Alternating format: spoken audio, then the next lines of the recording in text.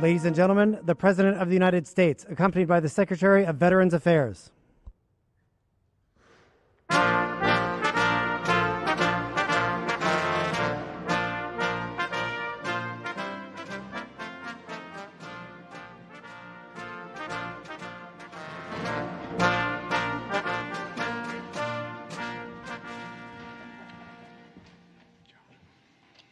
Good afternoon, everyone.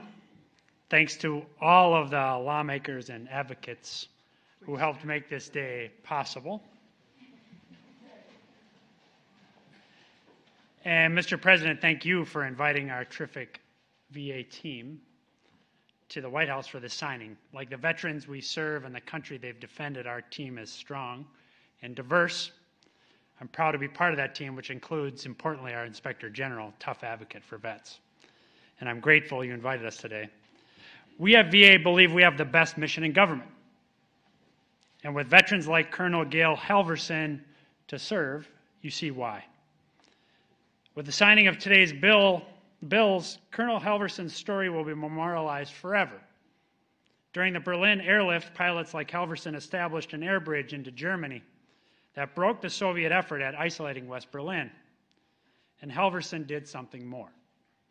First with candy from his own ration, then with that of his battle buddies, and ultimately with candy donated by Americans back home, Halverson took it upon himself to airdrop over 23 tons of candy to the children of Berlin, earning him the affectionate title of Schokoladenflieger, or the candy bomber.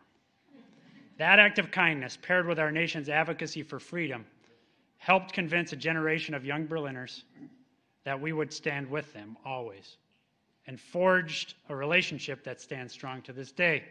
It's not hard to see a through line from those days to today's American-led commitment to freedom in Ukraine. Mr. President, the bills you're signing today not only memorialize Colonel Halverson, but help VA better serve vets like him. In your State of the Union, you challenged us to cut through partisanship and get things done for veterans. Well, these bills are the unity agenda in action. This day was made possible because of your leadership. And because, as our president and the head of a military family yourself, nobody better understands our nation's sacred obligation to all those we serve. Ladies and gentlemen, it's my distinct honor and pleasure to introduce to you a great friend of America's veterans, President Joe Biden.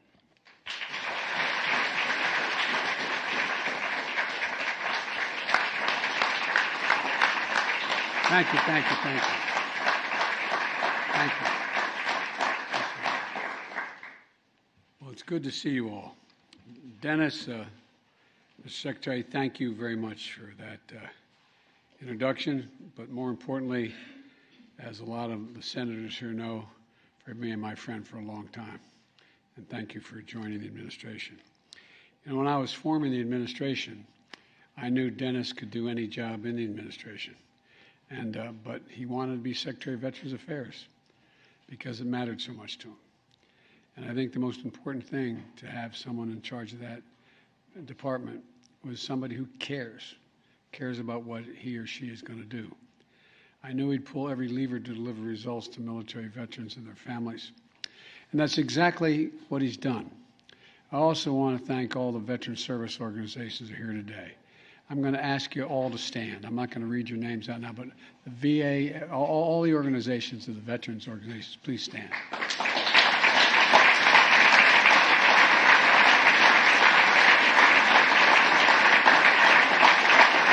Thank you. Before we leave today and we finish, I want to thank each one of you personally because you just keep it going for us. You are the most valuable thing the veterans have. I mean it sincerely. So thank you. We owe you a great deal, and all the families owe you. And the Democratic and Republican sponsors of the bill, especially the leaders of our Veterans Committee, Big John Tester. John, thank you very much, old buddy, and Senator Moran, and thank you, as well as Takano And, Bashid is also here. Where are you? Where is everybody? There you go. Okay. You got 4 right across. Yeah, okay. I need glasses. When I look out, the only thing I see is Joe Manchin. Hey, Joe, how are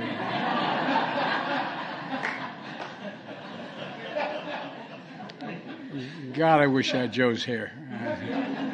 All kidding aside, all friends. Look, you all did so much to make this day possible, all of you.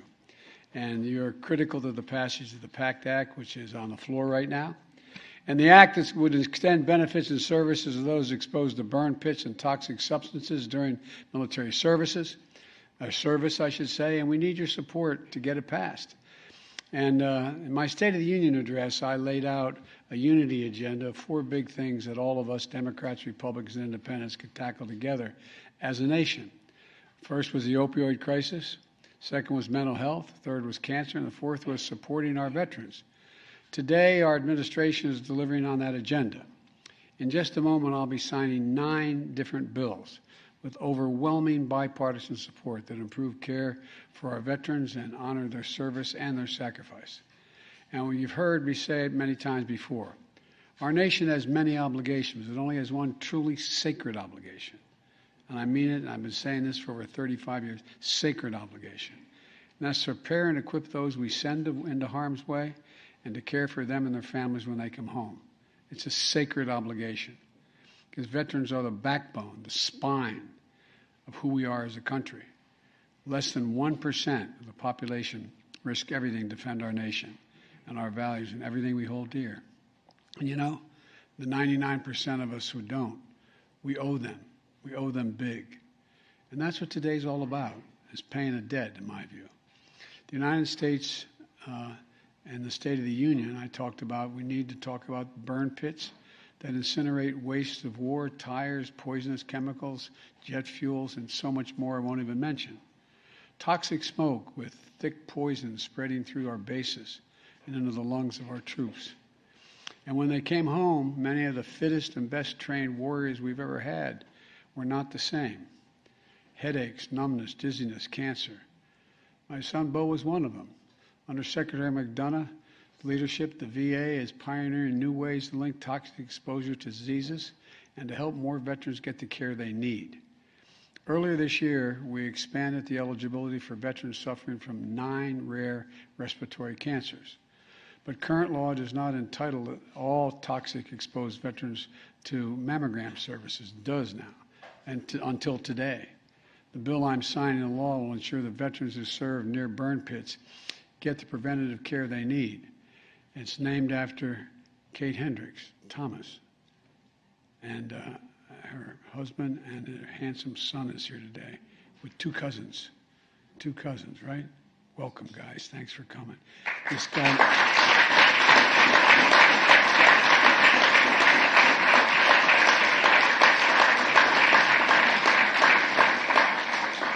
And I know when you said you had to go and sit in the front row in front of the president and all the press, you thought, what am I doing? But I'm really glad you're here. We really are. Because at the root of it, Dad, it's all about them. It's all about them. Marie, a military police officer who was deployed in Iraq, diagnosed with stage 4 breast cancer from a mammogram. She advocated for women and men in the military to have access to such life-saving screenings.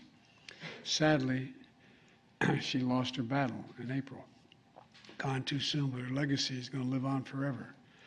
Our hearts are with Dr. Hendricks Thomas's family and, as I said, are here today, and other survivors, other cancer survivors. Another bill improves breast imaging services for veterans regardless of whether they're exposed to burn pits or not. Another extends the law that sunsets next month to compensate Americans who develop cancer and medical conditions from the nation's World War II-era nuclear programs. Beyond medical support for our veterans, several other bills honor our members in uniform and those who fought tirelessly on their behalf. The Congressional Gold Medal is going to go to U.S. Army Ranger veterans of World War II. Rangers who played a critical role in the D-Day invasion in Normandy, which began 78 years ago yesterday. 78 years ago yesterday. This elite group once numbered 7,000 but now it's down to 12, a dozen left. On behalf of our nation, we want to thank them for their heroism and their service. You know, as a point of personal privilege, it was my honor to sign a bill that will name the new VA outpatient clinic that will be built in Hawaii after a dear friend of mine and a former Senate colleague who I work with, and Maisie's here as well, but Danny Akaka. Danny was a great friend. He was an Army veteran of World War II and a former chair of the Committee on Veterans Affairs. One of the finest people I ever served with. He really was, a man of great honor and integrity. Today I'm also signing a bill that dedicates a Veterans Center in Utah in honor of Colonel Gail Halverson, known as the Candy Bomber you heard about that Dennis just talked about. And I'm signing a bill that makes it easier to continue honoring veterans who have a building named after them when the VA switches properties. In other words, if there's a named building and the property is being abandoned, whatever building they're moving into, that will take on the same name. We'll have to go through the process of getting it authorized again. The remaining bills focus not just on our veterans past, but the success of their future. We're going to strengthen the oversight of the VA's activities so veterans get the care they deserve, and restoring educational assistance benefits so veterans displaced by COVID-19 can continue to gain new skills to meet the demands and changing the workforce. Look, let me close with this. Last week we commemorated Memorial Day, and a reminder that our veterans and our military families represent literally the best of America, the best of America. We can never fully repay the debt to all of you, but I promise that my administration will always have your back. I made that commitment when I ran, and I commit that now, and the men and women sitting before me made a similar commitment. We mean it. This is something we Bidens take personally. Every veteran and family member of a veteran who serves has made our lives, our liberty, and our very nation possible. We owe you. We owe you. And we thank you. May God bless you all, and may God protect our troops. And with that, now I'm going to go and sign those 9 bills. And at some point, I don't know, I'm no longer doing advance work, John, but I got to get you all up here for the signing. We'll work that out. So thank you. And again, kids, thank you for being here, okay? Thank you very much. Maybe I can talk to you afterwards. Will you talk to me later? Okay. All right. Thank you.